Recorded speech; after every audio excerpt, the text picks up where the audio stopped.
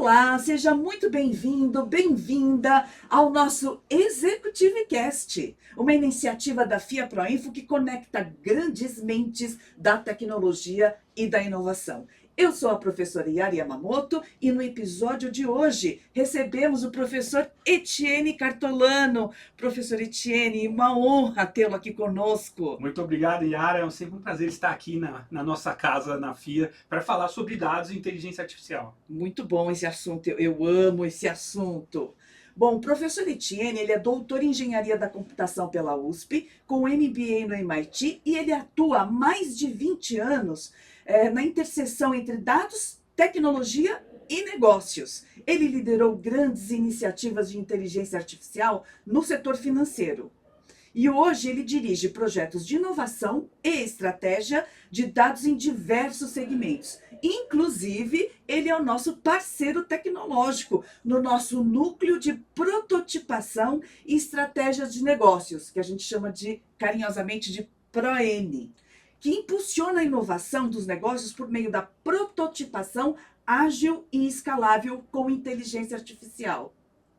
Isso aí, Yara. Estamos prontos e é um prazer, de novo, mais uma vez, estar aqui para falar sobre a prototipação e ciência de dados. Porque todo mundo, às vezes, pensa assim, olha, eu não sei se esse projeto vai dar certo ou não. Então, se não tem certeza, vem aqui, a gente prototipa rapidamente e vocês vão saber se tem um bom custo-benefício e o que pode fazer, e todas as possibilidades. É juntar as boas, nesse caso aqui, é juntar as boas práticas da metodologia científica com, de fato, a tecnologia e a inteligência artificial. E juntar isso nos negócios, porque afinal de contas é isso que a gente quer. É isso aí. Etienne, e para começo de conversa, para esquentar, o que de fato é inteligência artificial no contexto empresarial? E por que os dados se tornaram tão centrais nessas estratégias modernas? Essa é uma ótima pergunta para a gente iniciar, porque talvez a gente coloque a bola no chão. Quando a gente fala de inteligência artificial, ela hoje está mais reconhecida como a gente utiliza o GenAI, né, o Generative AI, que tem a ChatGPT, etc. Mas a inteligência artificial ele é um conceito amplo. Então, e não é novo, a gente está falando de décadas atrás que a inteligência artificial existe. E ela vem evoluindo, tanto de uma forma como as máquinas replicam o raciocínio ou o comportamento humano, depois eu começo a aprender sobre os padrões das decisões humanas, e aí a gente começa a evoluir para Deep Learning, até a gente chegar no que é hoje GenAI e LLM, ou seja, ela é uma evolução. O ponto importante nessa característica ou nessa evolução ela é a mesma no meu conceito. O que ela está mudando é a quantidade de dados que ela pode começar a utilizar, a forma como ele trabalha esses dados e a velocidade com que ele trabalha. A gente já viu esse conceito antes dos 3 Vs do Big Data, né?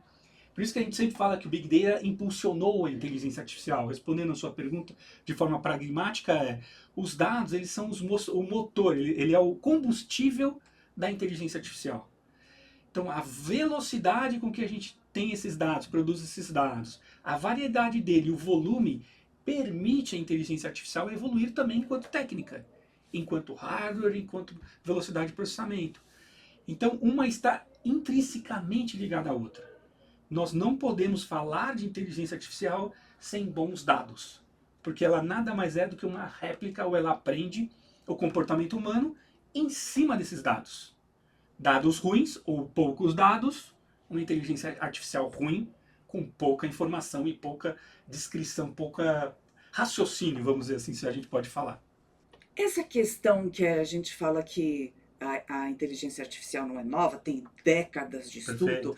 mas ela ficou muito conhecida com o lançamento da OpenAI, com o Isso. seu ChatGPT, Perfeito. no final lá de 2023. Perfeito. E aí democratizou o acesso e as pessoas Perfeito. começaram a falar assim, isso aqui é para mim, todo mundo começou, as pessoas, a maior parte pelo menos, começaram a utilizar, e isso teve uma pulverização muito grande. Perfeito.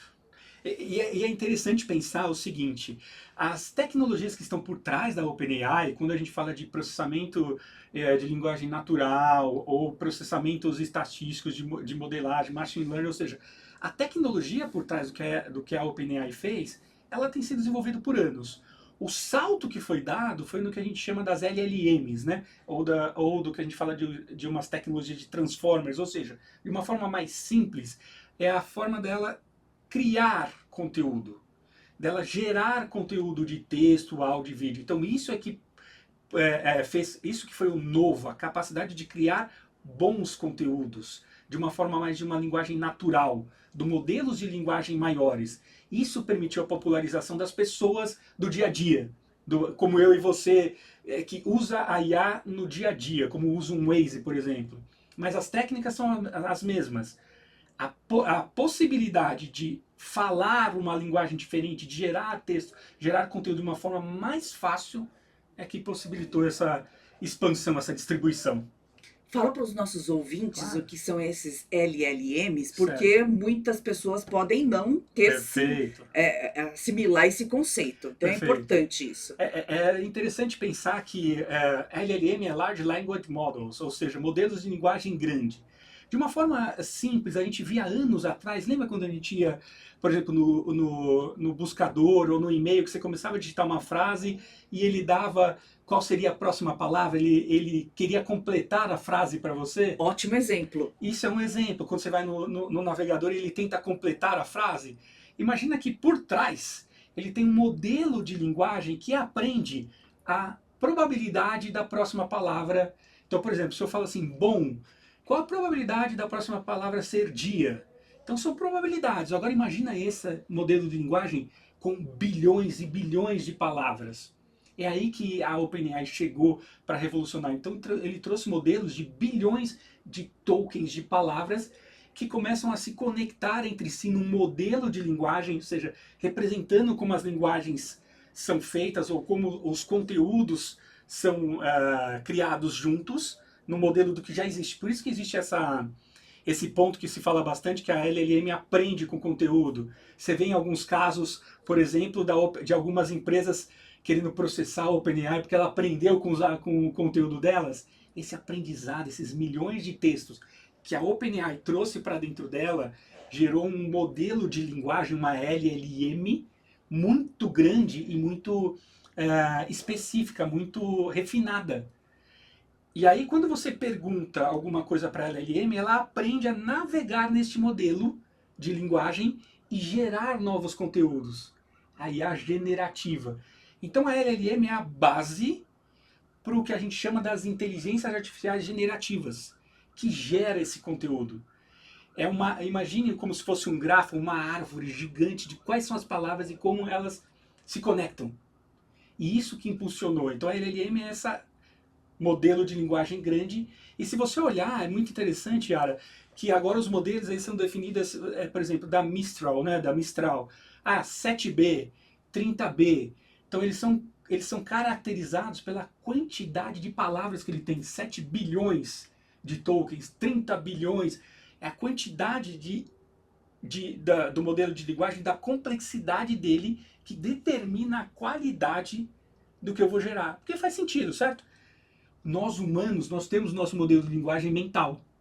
O que a IA quer, ou a OpenAI fez, ou outras empresas fizeram, é tentar extrair este modelo de linguagem para tal como a IA possa gerar, aprender a conversar, aprender a gerar texto.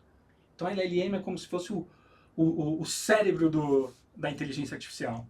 E é incrível isso, as pessoas estão cada vez mais estupefatas Perfeito. com o que a inteligência artificial generativa faz. Mas a gente já vai falar sobre isso daqui a pouco. Agora, quando a gente você fala desses grandes modelos de linguagem, quando a gente diz, vamos usar a IA em escala, o que uma empresa precisa ter de infraestrutura? Você pode, assim, dar um exemplo prático para os nossos ouvintes de como que isso impacta o sucesso de um projeto? Claro. Aqui eu acho que a resposta mais simples e pragmática, ela tem que voltar às bases, que é o seguinte: a gente falou, a gente já construiu aqui uma narrativa, né?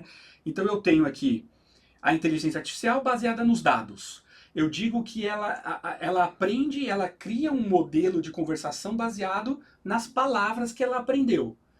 O que eu quero dizer? As empresas têm que pensar no sucesso da inteligência artificial baseado na qualidade e disponibilidade dos seus dados. Eu diria que 80% a 70% do sucesso de um projeto de inteligência artificial depende da infraestrutura, não só da inteligência artificial, mas dos dados que vão que serão oferecidos à inteligência artificial para processamento. Então, quando a gente fala de infraestrutura, como é que eu coleto esses dados em infraestruturas, em arquiteturas de dados, como é que eu guardo eles de forma rápida, com velocidade, com custo, com as formas de armazenamento deles, estruturada ou não estruturadas, em data lakes ou em sistemas estruturados, ou seja, a forma como eu coleto, armazeno, processo os dados e coloco ele para a inteligência artificial, garante ou não o resultado da inteligência artificial. Você pode ter o melhor sistema do mundo de inteligência artificial, sem ter uma coleta, um tratamento, um armazenamento e uma visualização desses dados estruturada,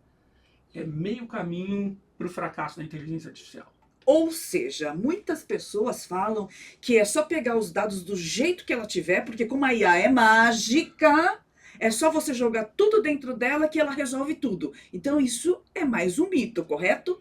Eu acho que a gente confunde duas coisas essenciais quando se fala. Tanto é que uma das coisas que a gente faz, dos motivos da gente ter criado juntos o ProN é desmistificar o uso da inteligência artificial para recreação do que o uso da inteligência artificial para profissão, para o profissional, para industrial ou financeiro.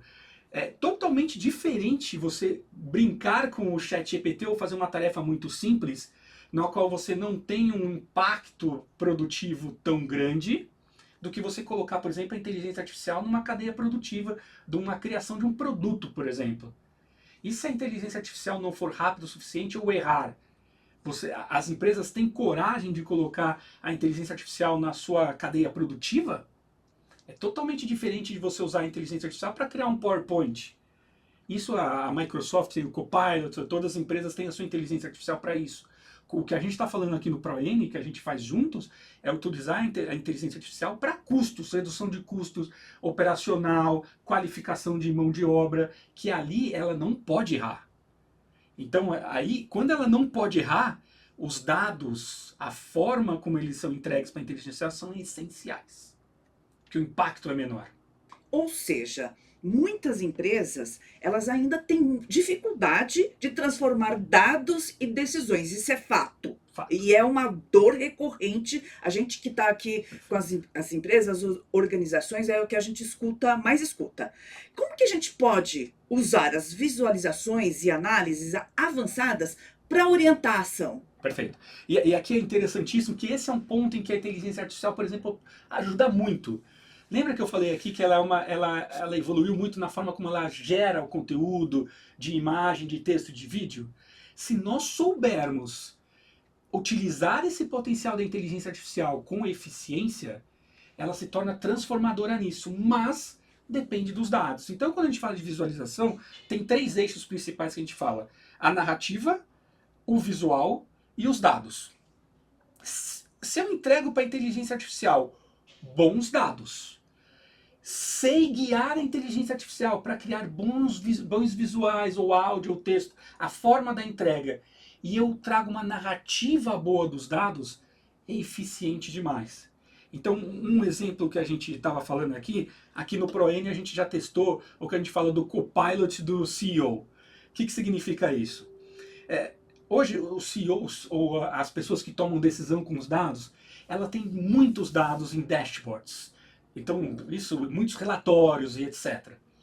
E até eu diria o seguinte: usar a IA para criar esses dashboards talvez não seja a melhor forma, porque eu preciso ter consistência. Eu não posso pegar uma IA e colocar de uma forma tão abrupta e mudar o processo produtivo de uma empresa.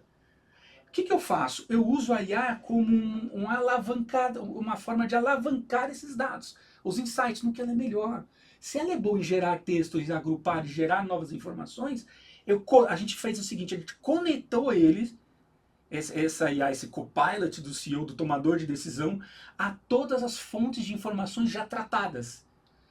Na verdade, os dashboards continuam os mesmos, mas eu uso a IA para ler esses dashboards, para ser mais rápido em acesso à informação, para ser mais pragmático, mais pontual, mas com a garantia de que o dado é o mesmo. E aí, aqui no ProN, qual que é a maior dificuldade nossa? Fazer com que a IA responda apenas aqueles dados, que ela não invente dado. Imagina se eu estou num tomador de decisão, eu uso uma IA que de repente eu peço para ele fazer um resumo de um gráfico, ele cria um dado novo e muda, por exemplo, o custo operacional de uma produção, e eu peço, por exemplo, tenho que reduzir esse custo operacional. E a gente vai descobrir que foi a IA que fez isso. Então, aqui de novo, existe a IA recreativa e existe a IA com uso profissional.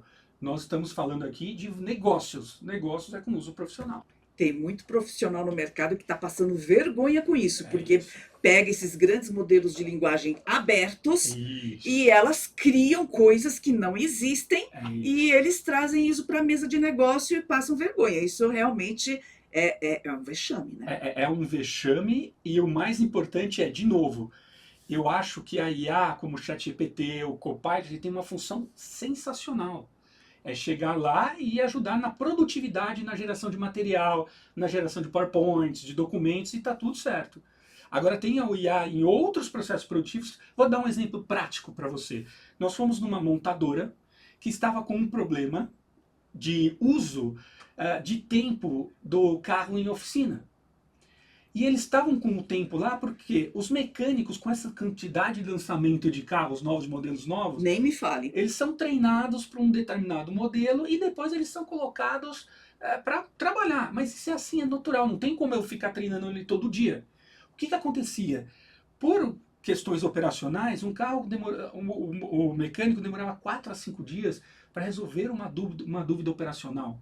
Por quê? Ele tinha que contratar com o serviço de help desk dele, da manutenção do carro, e entre esse vai e vem de informação demorava 4, 5 dias.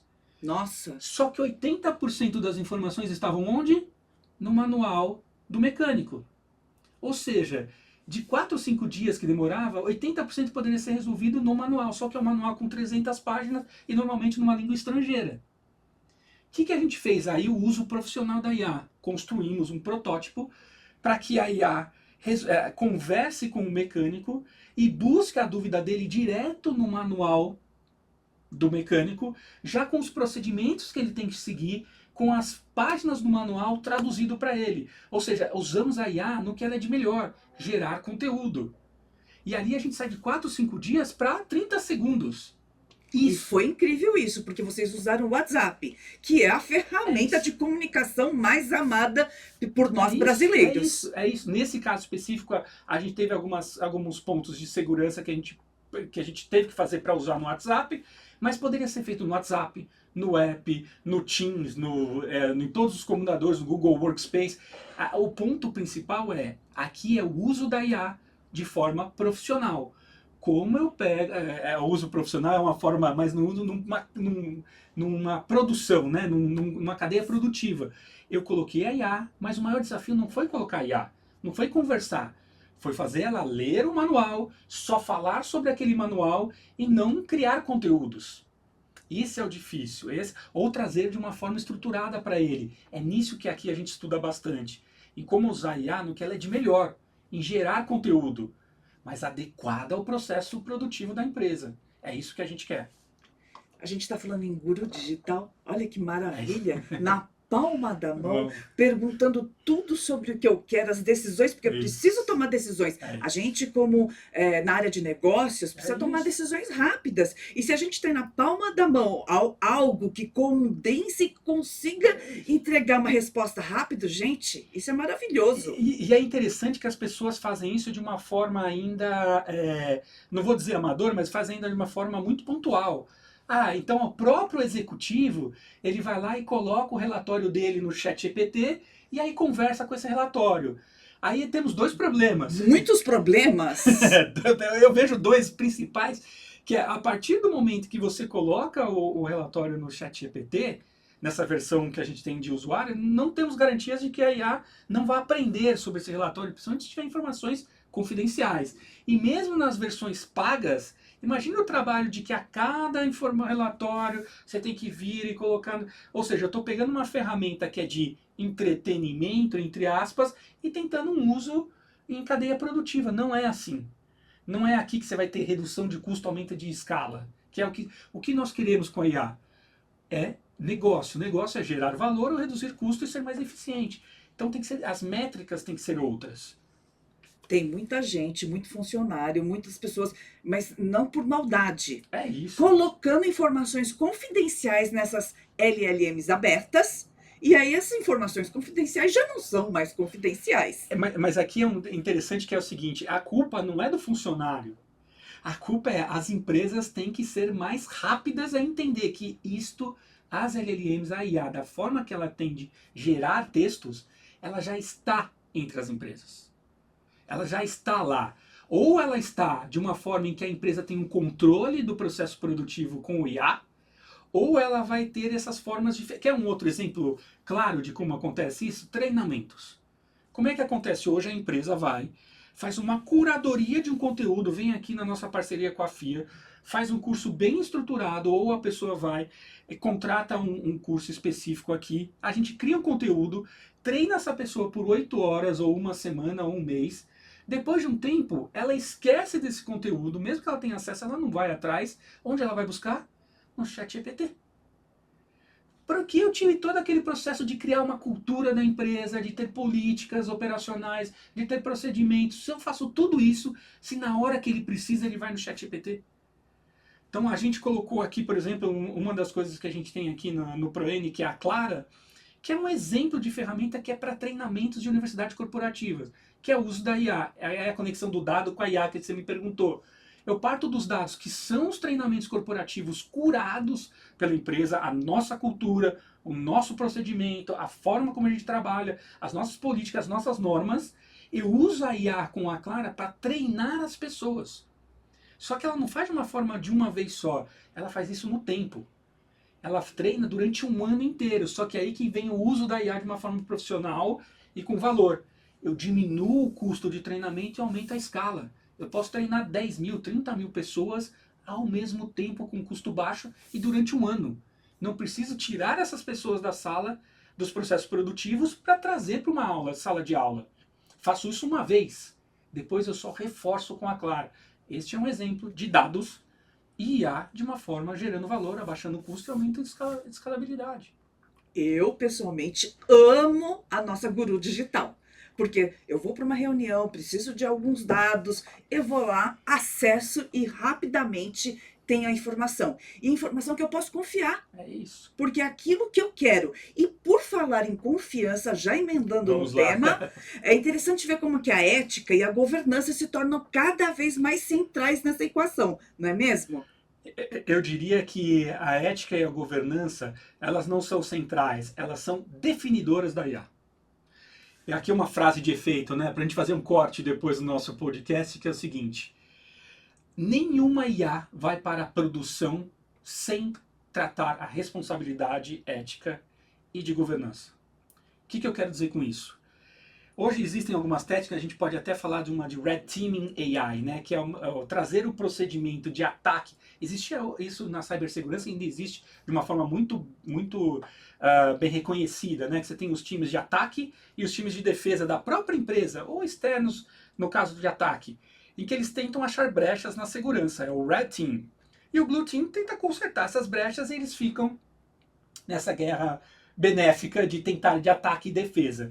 Como a IA é uma caixa preta no termo do modelo de linguagem, da forma como ela gera os textos, existem algumas técnicas de explainable AI, de você explicar a IA, mas não vamos entrar nesse ponto. Considerando que, na maior parte do tempo, ela é uma caixa preta em como ela tomou a decisão, e ela está melhorando isso, mas ainda é um pouco, eu não tenho confiança ou certeza de qual é o conteúdo, o que ela vai tratar, ou como ela vai tratar um conteúdo.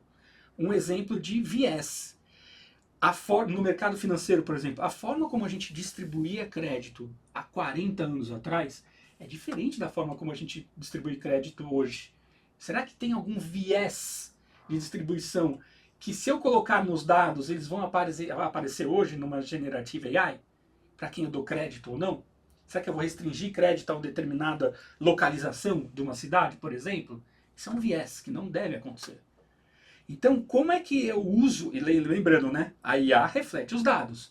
Então existe, precisa-se ter um cuidado de responsabilidade ética e de governança de como os dados ou que dados são colocados na IA.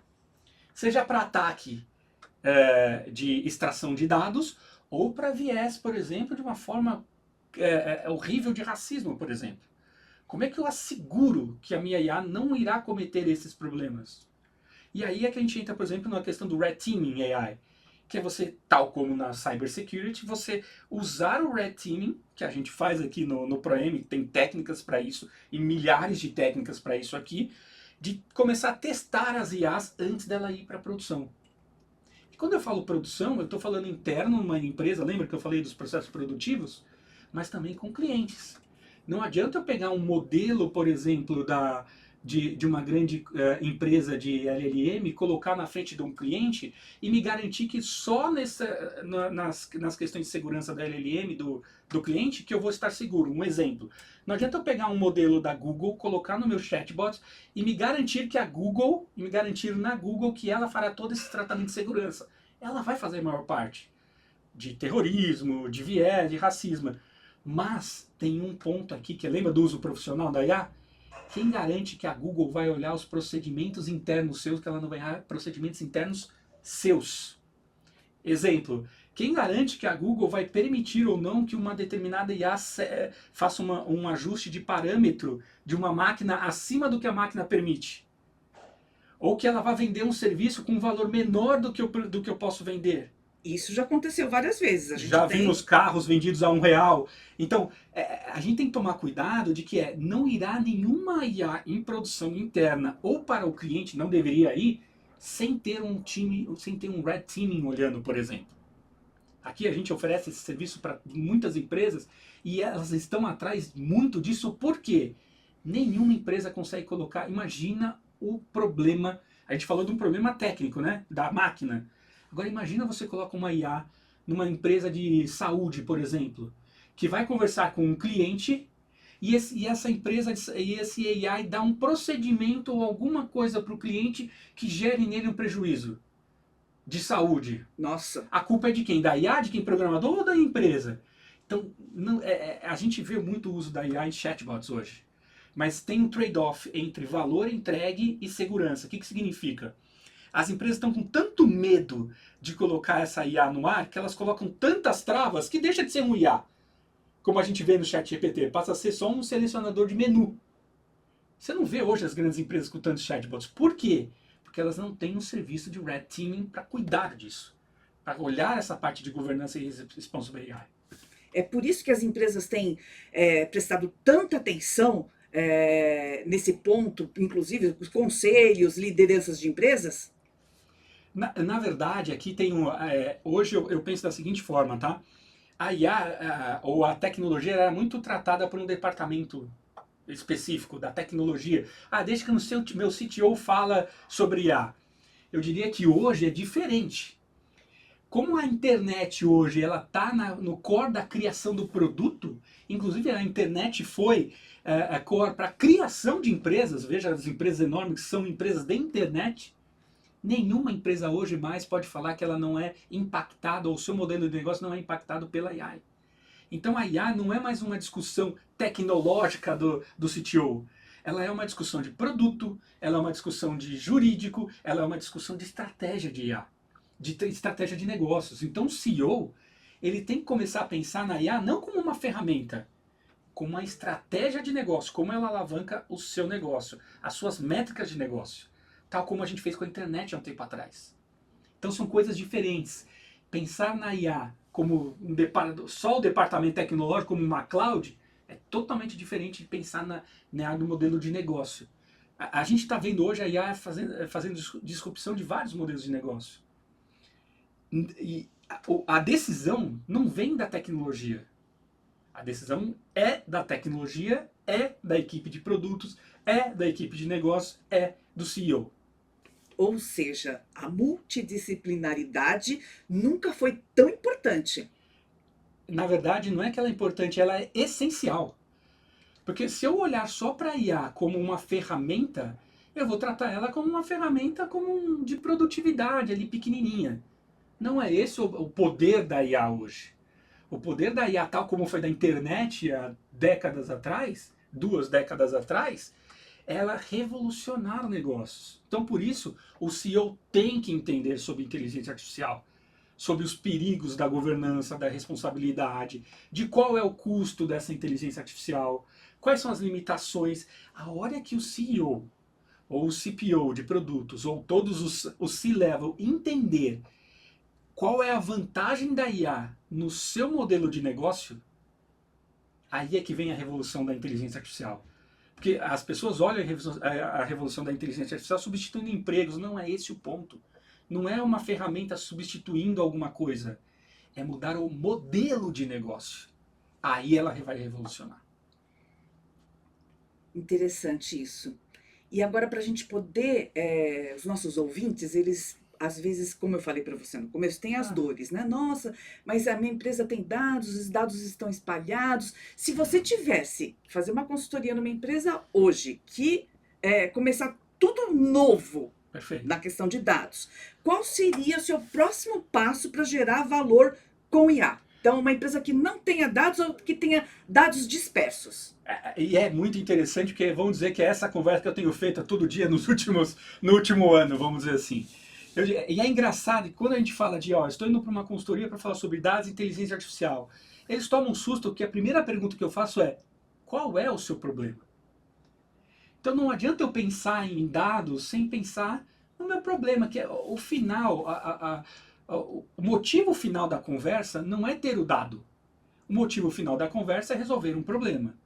Então, como é que eu tenho feito hoje? Eu vou em empresas que não têm dados, ou que os dados existem, eles só não estão estruturados. Mas o que a gente faz? A gente, de forma bem pragmática, a gente faz o seguinte, a gente seta um problema, a gente avalia o problema, define um problema, define aonde a gente quer chegar com esse problema, quais são as métricas deles. É diminuir meu custo, aumentar minha velocidade, é entregar mais valor, é ter um melhor NPS, métricas que todos nós estamos falando de negócio. Então, as minhas métricas não são de implantação de IA, não é de ferramenta, é de business. Custo, eficiência, NPS, qualidade, experiência. Eu defino isso, defino onde eu quero chegar, defino quais são os dados que eu vou coletar. E aí que tem um ponto como bom doutor e pesquisador, a gente fala da metodologia científica. Importantíssimo. De que adianta eu chegar numa empresa com um slide bonito de $1 milhão, feito por uma grande consultoria, chegar a dizer que eu tenho que contratar 15 pessoas, investir tantos milhões, ter a cloud, treinar tudo isso para depois eu começar a entender como eu vou usar isso no meu dia. Hoje, você vê nas empresas, é o contrário. Eu primeiro monto as equipes, eu contrato softwares, faço um monte de coisa para depois ver qual é o problema que eu quero resolver. Não é aquela expressão, um martelo em busca de prédios? Sim. Então, a ideia, de novo, aqui como a gente não cai nessa falácia, é que a gente faz o contrário. A gente prototipa. A boa e velha prototipação. Então, como é que a gente chega nas empresas? A gente olha um problema, vê qual é a métrica de negócio, coleta dados de experimentação daquilo, coleta poucos dados sobre aquilo. Porque imagina, antes de eu investir num pipeline de coleta, de arquitetura, etc., não é melhor eu pegar uma amostra daqueles dados, criar uma hipótese sobre aquilo, ou seja, se eu implantar IA nesta parte da minha produção, eu vou mudar a minha métrica de velocidade de 1 para meio, ou de 1 para 2, no caso, para ser mais veloz. Ou seja, eu crio uma hipótese, eu construo um protótipo com o IA. Não é que eu uso a IA para prototipar, não é essa ferramenta, essa não é o objetivo. Eu construo um protótipo da IA dentro do meu processo, eu vejo se aquilo tem valor ou não. Esse é o mais importante. Não a implantação da IA, o uso da IA no meu processo. A partir desse momento eu vejo quanto mexe na métrica, daí eu consigo sentar e criar um plano de adoção da IA. Para esse processo eu vou ter um retorno sobre investimento de tanto. Para que isso tenha esse retorno, para ter esse investimento, eu vou precisar de tantas pessoas com tal qualificação, com tal infraestrutura, com tal modelo de IA, com tal ferramenta de IA. Com este investimento, eu tenho uma probabilidade grande de ter este retorno. Ou seja, aqui é como todo bom CEO faria. Qual é o meu investimento? Qual é o retorno sobre o negócio? Então a pergunta é, em que problema eu quero atacar? Quais métricas eu quero ter, quero atingir? quais dados eu vou precisar. Não adianta eu sair coletar dados, estruturar dados, tem investimento. Então, é muito melhor eu coletar e estruturar os dados, que a gente falou de coletar, tratar, qualificar e visualizar os dados, que é um procedimento que tem custo. Pessoas e treinamentos. É muito melhor fazer no que eu preciso, com investimento centralizado, custos controlados, para aí sim eu criar um protótipo e ver o meu investimento que eu preciso. E aí eu tenho retorno. Essa sua fala é fundamental, porque o que a gente está vendo muito é as pessoas querendo colocar IA em tudo. Ah, porque todo mundo está colocando, eu não vou ficar atrás. A IA como ferramenta de marketing para falar que eu não estou atrás. E não é isso. O que sua fala justifica exatamente o que precisa. Será que ela vai gerar valor? Será que não é um. A gente costumava falar cheque em branco. Isso. Os mais novos não vão entender isso, mas procurem aí no chat GPT que ele vai te responder o que, que é isso.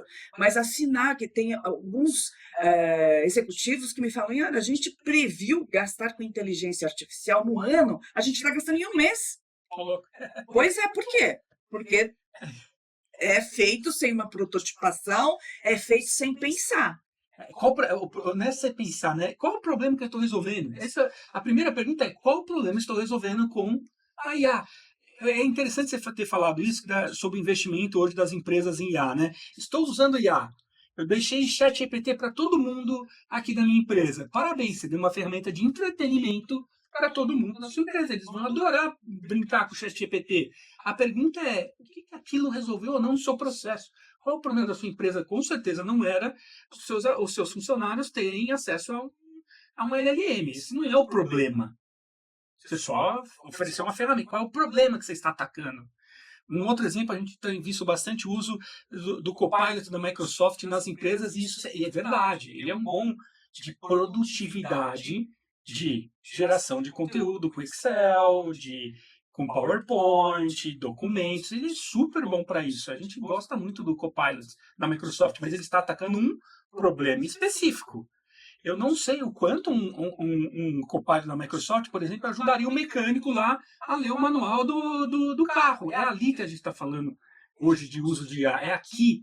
É lógico que tem essa parte da produtividade no escritório. Aonde no meu processo eu tenho um problema de empresarial, de custo, operação, qualidade, NPS, em que o uso da IA aumenta uma métrica tal, cujo meu investimento vai dar um retorno bom. É esta a pergunta que deve ser feita. E você falou do caso lá do mecânico. Mas e na área da saúde, que a gente não pode errar? E na área do judicial? Vou dar um exemplo, mas vou dar um exemplo que a gente está conversando com uma empresa super legal nessa área. Imagina o seguinte, eu tenho vários hospitais espalhados pela cidade. Como é que eu garanto um procedimento de qualidade, um procedimento igual em todas as minhas unidades, com o mesmo nível de excelência? Hoje, eu tenho que tentar tirar essas pessoas de treinamento de tantos em tantos meses, com um custo. Eu já tiro ela da empresa, eu tenho custo de treinamento, eu treino ela aqui e não garanto que o procedimento é o mesmo. Como é que eu usaria IA para escalar para potencializar esse treinamento? Um exemplo que a gente está falando do uso da Claro, né, numa dessas empresas. Eu coloco essa empresa, imagina um procedimento simples de AVC, sabe, de acidente vascular cerebral. Quando a pessoa vem num procedimento no hospital, ela tem uma etapa de alguns passos que ela tem que seguir. E é procedimento da empresa. Um procedimento que a empresa criou.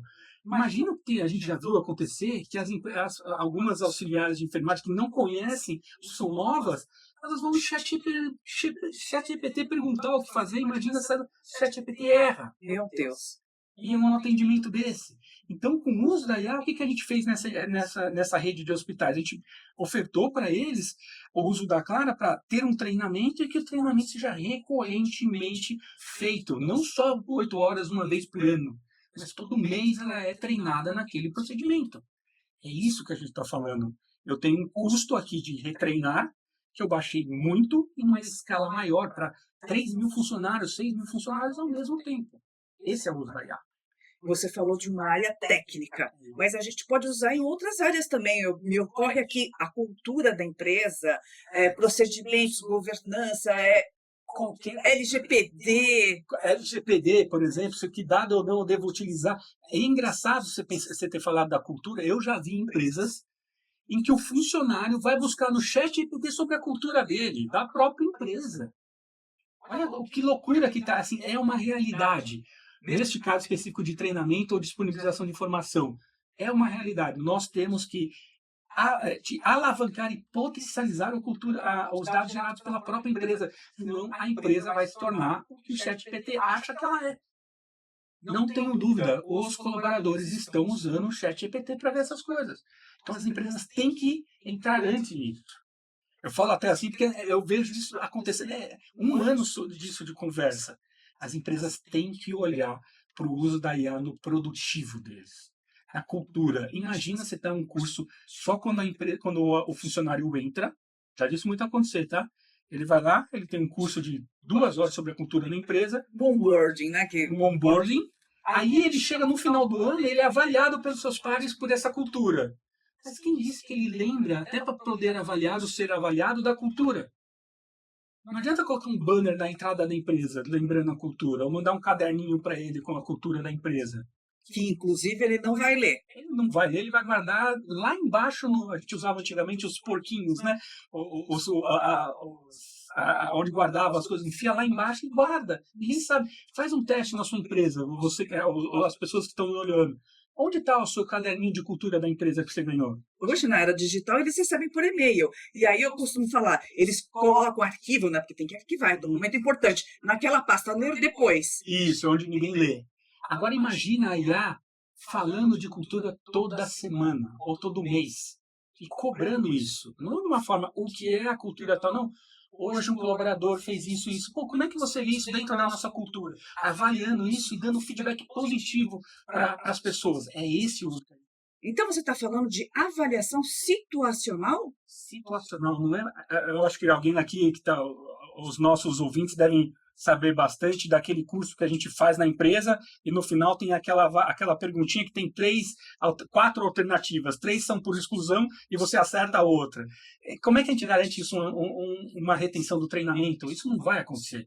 Agora, o que a gente precisa é saber, da auxiliar de enfermagem, chegou um cliente com uma determinada dor do lado esquerdo do braço, ela tem que entender a situação e responder por áudio para a IA, e a IA fala, olha, isso você acertou nisso, nisso, nisso, você deveria olhar este treinamento aqui, já dá o treinamento para ela, aqui, aqui, aqui. Isso é o que a Clara faz, por exemplo. Como é que é aqui que a gente criou esse protótipo para ser um treinamento efetivo? Tirar a falsa sensação de prontidão. O que as empresas fazem hoje? Um monte de badges e certificações e acham que só com o engajamento no curso, o tempo de curso, ele está com a capacidade de treinamento instalada na empresa. Não está. Ou seja, o pessoal fica subindo badges lá no LinkedIn para falar que pegou mais um curso, mas quando, na realidade, será que a pessoa tem aquele conhecimento para colocar em prática? Sabe o que vai acontecer? Na hora H, quando ela precisar, ela não vai lembrar qual é o curso que ela viu. Imagina que ela viu um negócio específico do curso dela. Ela não vai lembrar qual é o curso, qual é a disciplina, qual é o vídeo, em que momento do vídeo do PowerPoint que ela viu aquilo. Sabe onde ela vai? No ChatGPT. E o que adianta ir no ChatGPT se você fez a curadoria do conteúdo? É disso que eu estou falando, entendeu? Ou seja, dinheiro no lixo que as empresas estão investindo e não... Não, e o pior é a falsa sensação de prontidão. Será que na hora que eu precisar, aquele conhecimento que eu investi vai estar instalado na minha empresa? Esse exemplo que você deu da Clara, nós estamos falando de trilhas personalizadas que a própria inteligência artificial indica. É isso. É, de novo, aquela ideia do dado e a inteligência artificial. O que eu fiz, lembra do que eu falei de narrativa, visual e dado? O que eu estou dizendo para a inteligência que a Clara faz esse é um exemplo, que a gente está dando um exemplo prático, mas ela entende o seguinte, olha, eu treinei uma IA, que ela tem um conteúdo curado, que ela vai determinar para cada pessoa qual é o conteúdo que ela tem que dar, baseado no contexto que ela está inserido, e depois ela vai cobrar esse conteúdo, entre aspas, vai medir esse conteúdo, ou seja, ela disponibiliza de forma personalizada, ela cobra de forma personalizada. Imagine isso no IA, e aí é o uso da IA a nosso favor, de forma profissional. Uma IA olhando para esses clientes, para esses colaboradores, e olhando até em que nível eles têm que chegar em determinado conteúdo. É disso que eu estou falando, da IA, reduzindo o custo, aumentando a disponibilidade e velocidade de treinamento. Isso é sensacional. E vai ser isso é vantagem competitiva com inteligência artificial, de fato, de verdade. Mas, professor, nós estamos chegando no fim do episódio. Adoro falar disso. Eu também amo falar de AI. Eu ficaria aqui a tarde inteira, a noite toda, enfim, a manhã toda, falando de um assunto. Mas qual é a principal mensagem que você gostaria de deixar para todos os participantes que querem se aprofundar nesse tema? Eu penso, tem duas formas de olhar a IA, tá? De forma bem pragmática, que é usar a IA de uma forma pragmática, saindo do hype. Então tem muitas coisas acontecendo, muitas coisas sendo lançadas. Se você tenta ser especialista em tudo isso, ou tentar usar tudo isso, você não vai usar nada. Então a melhor forma de usar a IA é qual é o seu problema. E aonde a IA vai ser disruptiva no seu problema, resolver o seu problema ou uma oportunidade. Esse é o primeiro ponto. Partir do problema para definir os dados e aí sim falar de IA. A segunda é, não pense que ter IA é comprar uma ferramenta. Não pense que ter IA é disponibilizar ChatGPT para todo mundo. Ter IA é usar ela a favor seu. Então, prototipe, teste, antes de fazer grandes investimentos. Mesmo porque o que você está usando hoje, eu te garanto que daqui 2, 3 meses pode estar ultrapassado. Então, como é que você vai criar uma grande estrutura sem saber qual é o investimento que você vai fazer e qual é o retorno que você vai ter? Trate a IA de forma pragmática, use e implemente a IA de forma pragmática. Muito bom. E a gente termina mais esse episódio. Muito obrigada a todos os participantes. Obrigada, professora Etienne, por esse bate-papo, por essa conversa deliciosa. E se você curtiu, compartilha com alguém, algum amigo, algum colega que acha que IA ainda é só ficção. Nós estamos aqui, se for com dúvida, mande as dúvidas. Quem sabe essas dúvidas podem virar um novo episódio. Muito obrigada, pessoal!